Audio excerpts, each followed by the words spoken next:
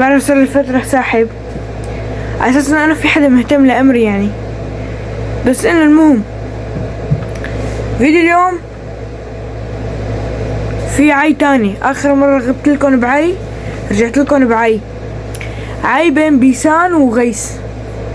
يعني ما بعرف كيف انه بتحس العي كتير هيك، ما ادري كيف هيك عرفتوا كيف هيك. وبس يلا خلونا نبلش. شو هي؟ طيب يا جماعة طيب يا جماعة، اول شي اللي بلش هذه المشكلة جميعها كلها هو عرس غيس مروان. حدد عيس مروان موعد الحفلة تبع زواجه، فبيسان بتنزل فيديو قبل الحفلة بكم يوم، بتحط انه اللوك تبعي انه هي رايحة على عرس غيس.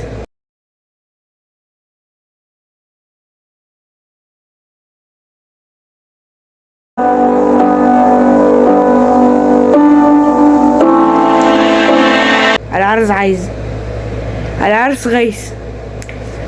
فبتحط انه اللوك وكذا، وبتصبغ شعرها احمر، مدري هي كانت صابغته من زمان ما بعرف. وبتجهز حالها يعني. وبعدين مثل كأنه بتتقلع من العرس بشكل ما بعرف كيف هو يعني، اكيد انا ما بعرف يعني. مهم بس يا جماعة والله العظيم بيسان ما حتطلع تتعصب وترد بستوريات يا زلمة. مزبطة حالة ب$1000 يجي يقلع من الحفلة يا زلمة. تعطيني بس $100 والله. عسيرة $100 فستان المصاري، متذكرينه؟ فستان المصاري. فصار بعد ما طلعت بيسان اسماعيل بستوري، صار في مثل انه كيف يعني هجوم على غيس مروان، انه مثل كأنه انه يعني كسر بخاطره هيك. فجمهور بيسان طلعوا يحكوا عليه او انه يسبوه فيديوهاته، او هجوم يعني، صار عليه هجوم. خلاص ايش الفلسفة، صار عليه هجوم. طيب يا جماعة فغيس مروان بينزل مثل ستوري انستغرام وقت الحفلة بالعرس، بيقول نشوف الدراما الجديدة اللي رح تطلع بعد العرس. لا اساس الدراما اللي حتطلع لنشوف. فهذا شي دليل واضح انه غيس مروان كان يا عم بخطط لدراما، يا عم قلع بيسان وخايف انه تعمل دراما. انا هذا رأيي. وبعد هذا الستوري بيقوم بينزل ستوري، مو هو اخواته بيكونوا عم يحكوا مع بعض، بيقولوا انه no invitation no entry، يعني انه ما معك entry no، يعني ما معك بطاقة دعوة ما بتدخل. هي الفكرة. ليش الفلسفة؟ نعم. no invitation no entry. فهذا الشي واضح يعني انه كان يا اما هو مقلعة، يا اما هو مو عازمة وهي عملت هي الدراما، فما بعرف.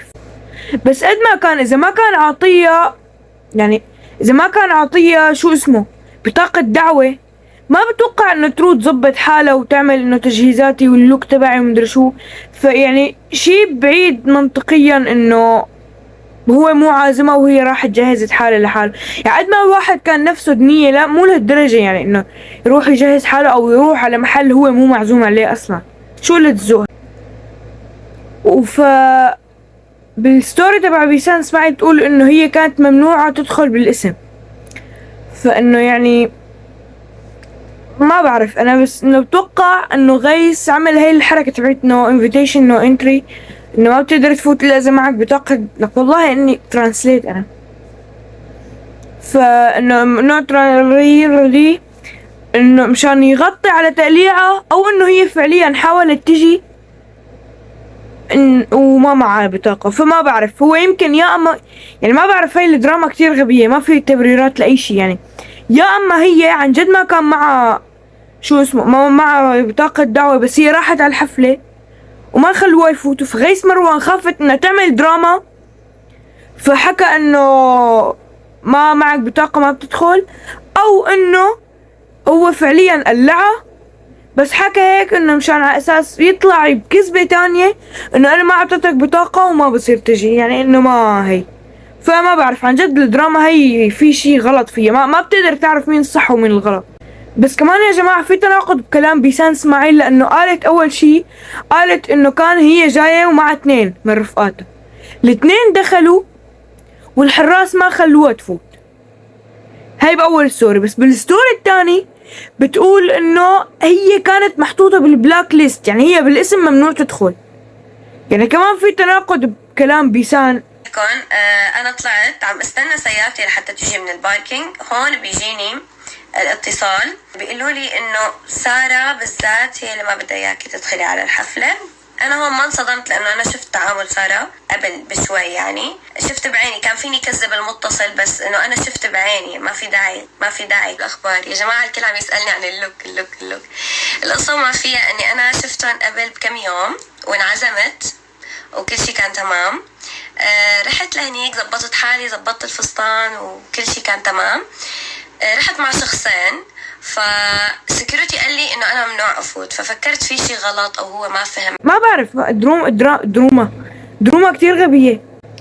فبنفس الوقت صار كمان في تناقض تاني بستوري بيسان اسماعيل، انه قالت انه شافتهم قبل يوم الحفلة وعزموها، فطالما انه عزموها المفروض يعطوها كرت، إلا في حال إنه قالوا لها للعزيمة شفوية وبعدين حطوا حجة الكرت.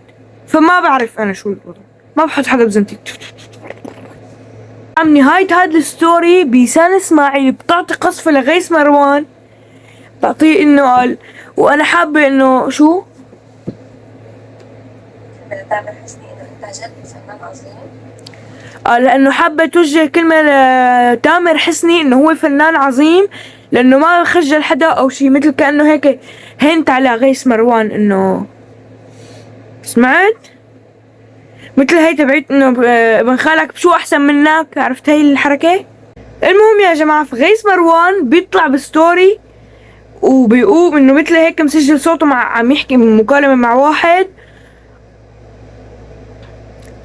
انه بيكون مغير ما بعرف. المهم انه انه لو هي مع بطاقة بتدخل وهيك قصص. يعني هلا بحط لكم ستوري تشوفوه. كانت معزومة بس انه مش لسبب شخصي، تغدينا او انه طلعنا كجروب، ما بتذكر هذا الشيء صار. لو كان معك كرت دعوة هذا الشيء. المهم يا جماعة، لو خرب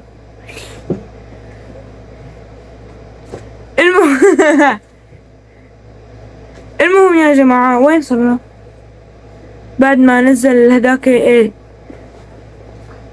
هدو.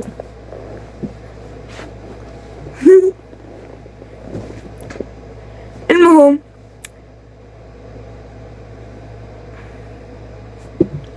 انا اخت الكرسي خرب. اذا كنت ما بدي احرك حركة بدي خلاص بلاها. المهم يا جماعة، ما زبطت التربيعة، وبعدين ما زالت بيسان قال ايه ما زالت بيسان صح، ما زالت بيسان تنشر الستوريات التي تقوم بالرد على غيث مروان، عندما قالت بأنها لما كانوا عم بيقلعوها قال كانت لسه سارة مو جاية، فكانت عم تجي فاجت قالت له سارة يا انغامة تملأ قلبي بندها. سارة قال طلعت فيها هيك ومشيت. فما نعرف ماذا صحة هذا الكلام. انا ما بصير لازم يعني انا ما لازم اصور بالليل، لازم اكون نعسان اكل هوا مخي مسكر. المهم وبس، والله اتوقع هاي هي الدراما الغبية كلها. ما كنت حابب كتير سوي عن الموضوع، بس بصراحة الموضوع بيجيب مشاهدات، فليش لا. والله اني صريح، يعني شو بتكون احلى من هيك؟ صراحة، جمال، تواضع، اخلاق، عفاف، نزاهة وبس. والله ما بعرف ليش كل نهاية فيديو بقرب هيك نفس التقريبة على الكاميرا، بس وبس، يعني انه خلاص وبس وباي. لا تنسوا تحطوا لايك وتشتركوا بالقناة وتفعلوا جرس التنبيهات. خلونا نوصل هذا الفيديو 20 لايك، بس يوصل هذا الفيديو 20 لايك بنزل لكم الفيديو اللي بعده. وبعرف انا انه انتم كتير بتحبوني. وصحيح عن شغلة تانية، انه متابعين غيث مروان الصغار لا تسبوا مسبات غبية كرمال الله. مثل هذا اخر فيديو سويته، هو ما في غير فيديو واحد سويته على غيث مروان. قال لي متابع قال فيديوهات غيث مروان احلى منك. طب انا شو يعني هلا لازم ابكي؟ جرحت نفسيتي صراحة، كثير زعلت انا والله. واحد كاتب لي بالمغربي، ما بعرف اذا في اي حدا مغربي بيحبني يعني من جماعتي، مو من جماعة غيث مروان، اساس انه انا عندي جماعة يعني كلهم 3 يمكن. ايه انه بس يترجم لي شو كاتب بالفصحى. بتعرفوا يعني اخواتنا اللي بالمغرب عراسي، بس لغتكم والله صعبة. عندي رفيق مغربي بالمدرسة كثير يعني نحكي انا وياه يا فصحى يا انجليزي. وبس والله كثير عم مطول انا بالحكي وهيك، بس أنا بعتبركم صحابي يعني. حاس حالي هي نفس انه لما خالتك وامك بدهم يسكروا المكالمة. يلا باي، بدك شي ليك بتتذكر شو صار كذا كذا كذا، بيقعدوا بينكتوا التاريخ كله، بصيروا بيحكوا عن قصص صايرة ب2007. انا هلا نفس الشي. وبس والله يلا باي.